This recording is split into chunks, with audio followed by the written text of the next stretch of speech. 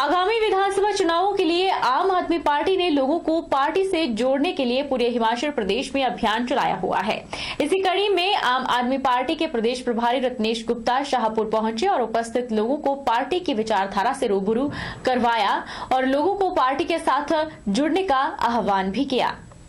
आम आदमी पार्टी के प्रदेश प्रभारी रत्नेश गुप्ता ने कहा कि आगामी विधानसभा चुनाव के दौरान 2 पार्टी सिस्टम की राजनीति नहीं चलेगी, बल्कि अब हिमाचल में आम आदमी पार्टी ही एकमात्र विकल्प बनेगी।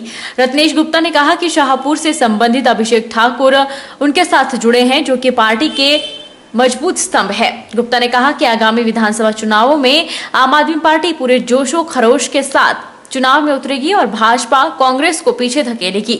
गुप्ता ने कहा कि आप हिमाचल के लिए नीति निर्धारित करके चुनावी समर में कूदेगी और प्रदेश की जनता को एक मजबूत विकल्प देगी। अभिषेक ठाकुर जी हमारे साथ जुड़े हुए हैं, यहाँ के रहने वाले हैं और ये हमारे संगठन के एक मजबूत स्तंभ के रूप में यहाँ पे आए हैं। तो हम लोग सारे लोगों को जो है पूरे हिमाचल में जो है लोगों को जोड़ने का अभियान चला रहे हैं। जो 2 वाली राजनीति थी वो अब खत्म हो गई है। अब यहाँ पे आम आदमी पार्टी आ गई है और ये लोग कहते हैं जी तीसरा विकल्प, ये कोई तीसरा विकल्प नहीं है। दिस इज द ओनली विकल्प फॉर हिमाचल प्रदेश। 2022 के लिए हम लोगों ने पूरी तैयारी शुरू कर दी है और जो धीरे धीरे करके अब सामने लोगों को नजर आना भी शुरू हो गया है। Aryavrat educational welfare and charitable society के द्वारा राष्ट्रीय शिक्षा नीति 2020 गुणवत्ता युक्त शिक्षा की ओर विषय पर रामपुर में 1 दिवसीय कार्यशाला का आयोजन किया गया। इस दौरान वक्ताओं ने नई शिक्षा नीति को व्यवहारिक बनाते हुए महत्वपूर्ण परिवर्तन होने की बात कही। उन्होंने कहा कि उच्च शिक्षा में अब 20% ऑनलाइन पढ़ाई भी शामिल की गई है। इसके अलावा योग और खेलों को अनिवार्य विषय किया गया है। तो इस प्रकार की व्यवस्था रहेगी और फिर हम मार्च या अप्रैल में पेपर लेंगे दूसरे टर्म का। जो 50% सिलेबस का पेपर ले लिया तो फिर बच्चों को उसको पढ़ना नहीं है, वो स्ट्रेस कम हो गया और अगला फिर 50% नेक्स्ट टर्म में उसको कवर करना है, उसी के ऊपर से कंसंट्रेट करना है। और एक महत्वपूर्ण बात और थी कि अगर बच्चों को ये लगता कि फर्स्ट टर्म में मेरी परफॉर्मेंस सही नहीं है तो उसके पास एक मौका और होगा तो और मेहनत करेगा सेकेंड टर्म में और बच्चे इस प्रकार से रहेगा। इसके अलावा ये कहा गया है कि ये शिक्षा जो है वो व्यवहारिक या एक्टिविटी बेस्ड होनी चाहिए। तो ये रटंत शिक्षा की हम रट्टा लगाते हैं और कोचिंग लेते रहते हैं, बच्चे बहुत ज़्यादा स्ट्रेस में हैं, अनहैप्पी हैं, वो उनकी स्थिति बहुत स्ट्रेस में है बच्चा। इसलिए उस स्ट्रेस को कम करने के लिए हमने उससे एक्टिविटी कराना है। जैसे सब्जेक्ट रिलेटेड एक्टिविटी है उसके हमने अंक रख दिए, जैसे 4 अंक हैं सब्जेक्ट रिलेटेड एक्टिविटी, 7 विषय हैं तो वो एक्टिविटी करनी पड़ेगी उसको। तो 4 अंक जो है वो 7 विषय में उसको जुड़ जाएंगे, यानी 2.5 नंबर तो उसी के हो गए। योग और स्पोर्ट्स को हमने कंपलसरी कर दिया, वो करना ही पड़ेगा। उसका हमने टेस्ट नहीं लेना, लेकिन व्यवहारिक योग करना है, स्पोर्ट्स करना है और उसके मॉड्यूल्स बनेंगे। हर एक स्टेट से क्या मॉड्यूल्स होंगे, किस प्रकार की योगिक गतिविधियाँ होंगी और किस प्रकार के स्पोर्ट्स की गतिविधियाँ होंगी। सोलन में मां की ममता को शर्मसार करने वाला एक मामला सामने आया है, जिसमें कोटला नाला में स्थित शिव मंदिर की सीढ़ियों में एक नवजात बच्चे को कोई छोड़कर चला गया। सुबह जब भक्तजन मंदिर माथा टेकने आए तो उन्होंने मंदिर की सीढ़ियों में बच्चे को तौलिए में लिपटे देखा और इसकी सूचना मंदिर के पुजारी और पुलिस को दी। सोलन के कोटला नाला के शिव मंदिर की सीढ़ियों में नवजात शिशु मिला है। सुबह जब भक्त मंदिर में माथा टेकने आए तो उन्होंने मंदिर की सीढ़ियों में बच्चे को तौलिए में लिपटे देखा और इसकी सूचना मंदिर के पुजारी और पुलिस को दी। महिला पुलिस थाना की टीम ने तुरंत कार्रवाई करते हुए मंदिर से बच्चे को रेस्क्यू किया और उसे सोलन की क्षेत्रीय अस्पताल पहुंचाया, जहां बच्चे की हालत स्थिर बनी हुई है। वहीं पुलिस बच्चे के परिजनों की तलाश में जुटी है। मंदिर के पुजारी ने बताया कि सुबह लोगों द्वारा उन्हें सूचना दी गई कि कोई बच्चा मंदिर की सीढ़ियों में छूट गया है, जिसकी सूचना उन्होंने पुलिस को दी। जी, ये शिव मंदिर कोटला नाला है और मैं काफ़ी वर्षों से 25 सालों से यहाँ पर रह रहा हूँ और आज हमने देखा है कि सुबह जो है जब मैं मंदिर के लिए आया है तो मेरे किसी साथी ने मेरे को आसपास के लोगों ने फ़ोन किया कि पंडित जी मंदिर में कोई एक बच्चा कोई छूट गया है।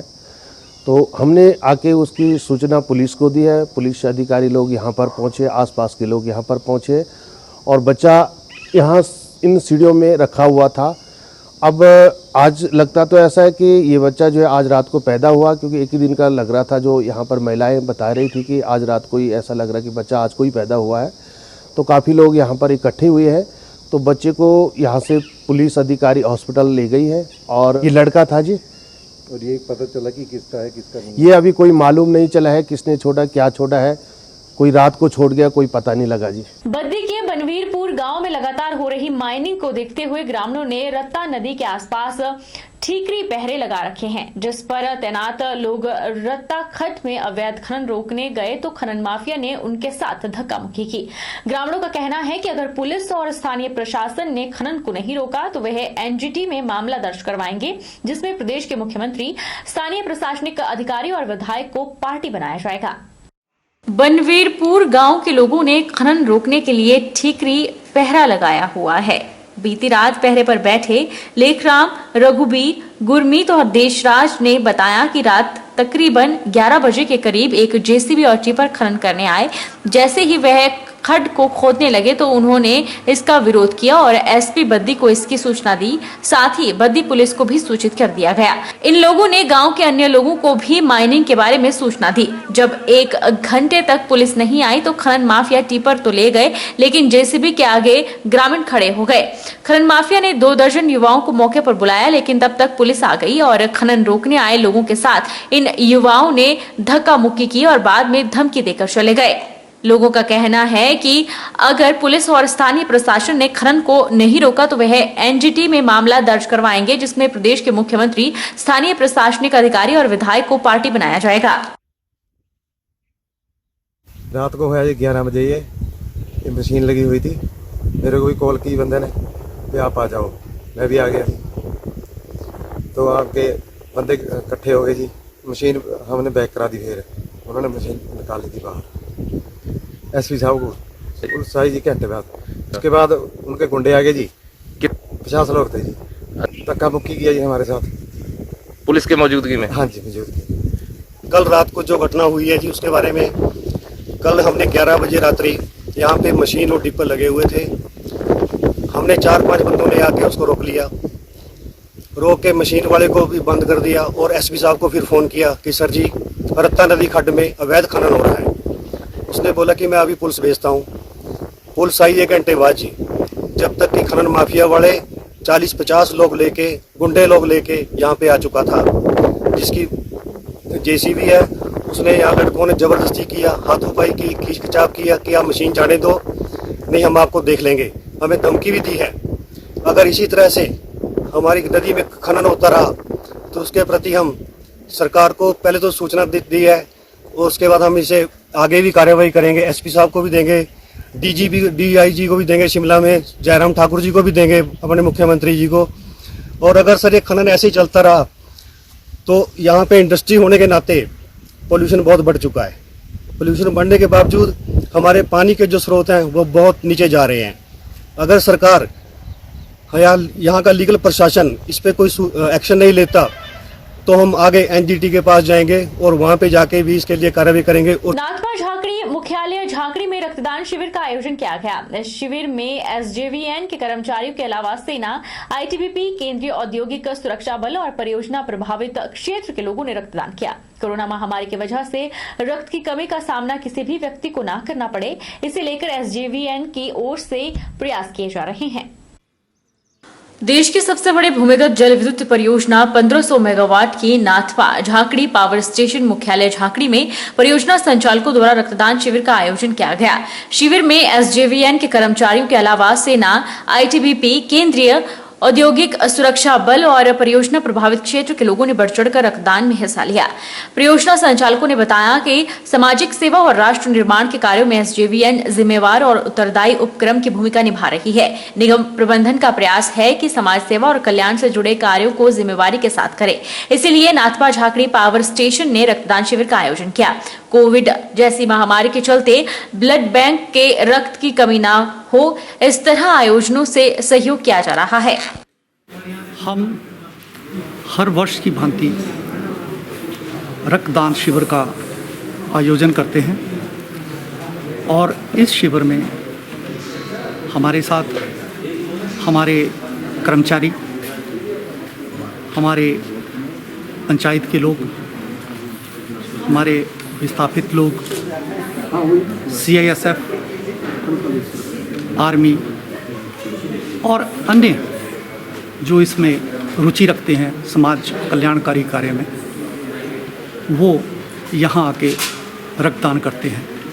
क्या पहचानोगे गालिब, हज़ारों लोग जीवन पा गए मरते मरते। तो सभी महिलाओं से, सभी पुरुषों से मेरा रक्तदान महादान एक आग्रह है कि वो अधिक से अधिक लोग अधिक मात्रा में आगे आएँ और हमारे इस SJVN में चल रहे कैंपेन को एक सक्सेसफुल बनाएं। कोविड के दौरान हमने देखा कि खून की मैसिव शॉर्टेज थी, तो people in hospitals they need you. मेरा सिर्फ यही आग्रह है कि इस जो हमारी जो शॉर्टेज है इसको कवर करने के लिए सभी लोग आगे आएं और इस हमारे कैंपेन को सक्सेसफुल बनाएं। मैं 19 साल का हूँ। मेरा एक्सपीरियंस बहुत अच्छा रहा। मैंने पहली बार रक्तदान किया है। पूरे देश में देखा जाए रक्त की कमी से काफ़ी लोगों की मौत होती है, इसलिए रक्तदान के लिए आगे आएँ। ज़रूरतमंदों को रक्त की बहुत ज़रूरत है। जिला बिलासपुर के ग्राम पंचायत कल्लर में गांव ढलियारा और गांव जोल में गावर कंस्ट्रक्शन कंपनी द्वारा मनमानी करने का मामला सामने आया है। कंपनी द्वारा वन विभाग की सरकारी जमीन पर अवैध रूप से संपर्क सड़क का निर्माण करके वन संपदा को स्थानीय गांव के जंगल देहात जमीन को बर्बाद किया जा रहा है। जिला बिलासपुर की ग्राम पंचायत कल्लर में गावक कंस्ट्रक्शन कंपनी द्वारा मनमानी का मामला सामने आया है। पुरानी कंपनी ILFS द्वारा निर्मित सड़क संपर्क को मेंटेन करके कंपनी द्वारा मटेरियल ले जाने के लिए इस्तेमाल करना चाहती थी ताकि वन संपदा को नुकसान न पहुंचे। कंपनी प्रबंधन मनमानी पर उतर आई है और पुरानी संपर्क सड़क के लिए स्थानीय गांववासियों ने अपनी मलकियत भूमि कंपनी को दे रखी थी ताकि कंपनी अपना मटेरियल फ्लाईओवर निर्माण स्थल तक ले जा सके। समझौते का दूसरा पहलू ये भी था कि स्थानीय गांव वाले भी पुरानी संपर्क सड़क का इस्तेमाल करते रहते हैं। अब पुराना बना हुआ संपर्क सड़क मार्ग की मरम्मत न करके गावर कंस्ट्रक्शन कंपनी अपनी मर्जी से गांव के साथ लगती जंगल देहात क्षेत्र में से नया संपर्क मार्ग निकालकर वन संपदा को तबाह कर रही है और पुराने सड़क मार्ग को दरकिनार कर रही है। जबकि वर्ष 2014 में पुराने संपर्क सड़क मार्ग के निर्माण के लिए तत्कालीन DFO और जिला प्रशासन के अधिकारी मौके पर आए थे। उस समय यह संपर्क मार्ग बनाने के लिए गांव के 7 परिवारों ने अपनी निजी मलकियत भूमि कंपनी को इस्तेमाल करने के लिए हामी भरी थी। कंपनी ने भी पुराने संपर्क मार्ग को मेंटेन करने का समझौता गांव वासियों से किया था, लेकिन अब ऐसा नहीं हो रहा है। पर नए रोड का निर्माण कर रही है, जिससे वन संपदा को काफी भारी नुकसान हो रहा है। सरकार से मेरी दरखास्त है कि इस कंपनी पुरानी सड़क का इस्तेमाल करे ताकि वन संपदा का नुकसान ना हो। नूरपुर ब्लॉक के तहत आते वार्ड नंबर 17 जांच वार्ड में BDC चुनाव में पारुल सिंह विजयी रही। पारुल सिंह ने 2 अन्य उम्मीदवारों को हराते हुए 17 मतों से जीत हासिल की। महिला आरक्षित इस सीट पर 3 उम्मीदवार मैदान में थे। पारुल सिंह को 1088, मीनू देवी को 1071, अनु को 711 मत पड़े, वहीं 4 मत नोटा को पड़े। SDM नूरपुर अनिल भारद्वाज ने बताया कि वार्ड नंबर 17 के तहत 3 पंचायतों में BDC सीट के लिए मतदान किया गया था। इस दौरान कुल 2874 मतों की गणना में पारुल सिंह विजयी रही।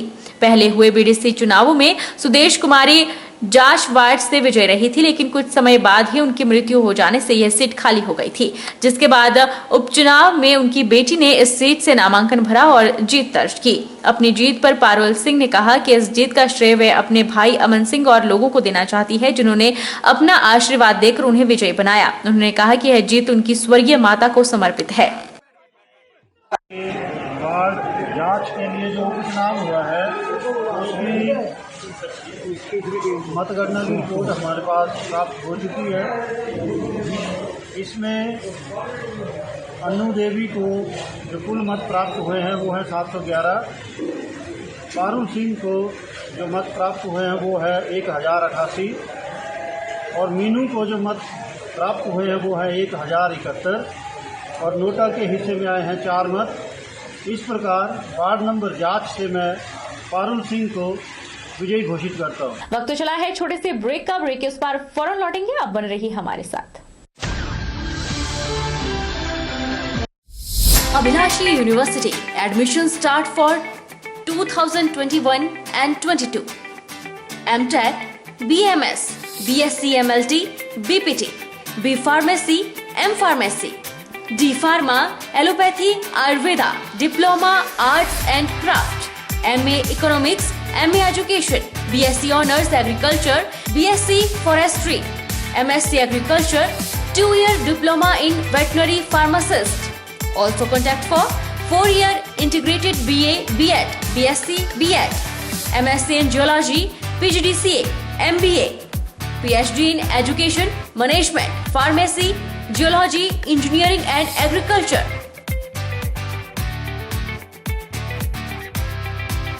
Contact for admission.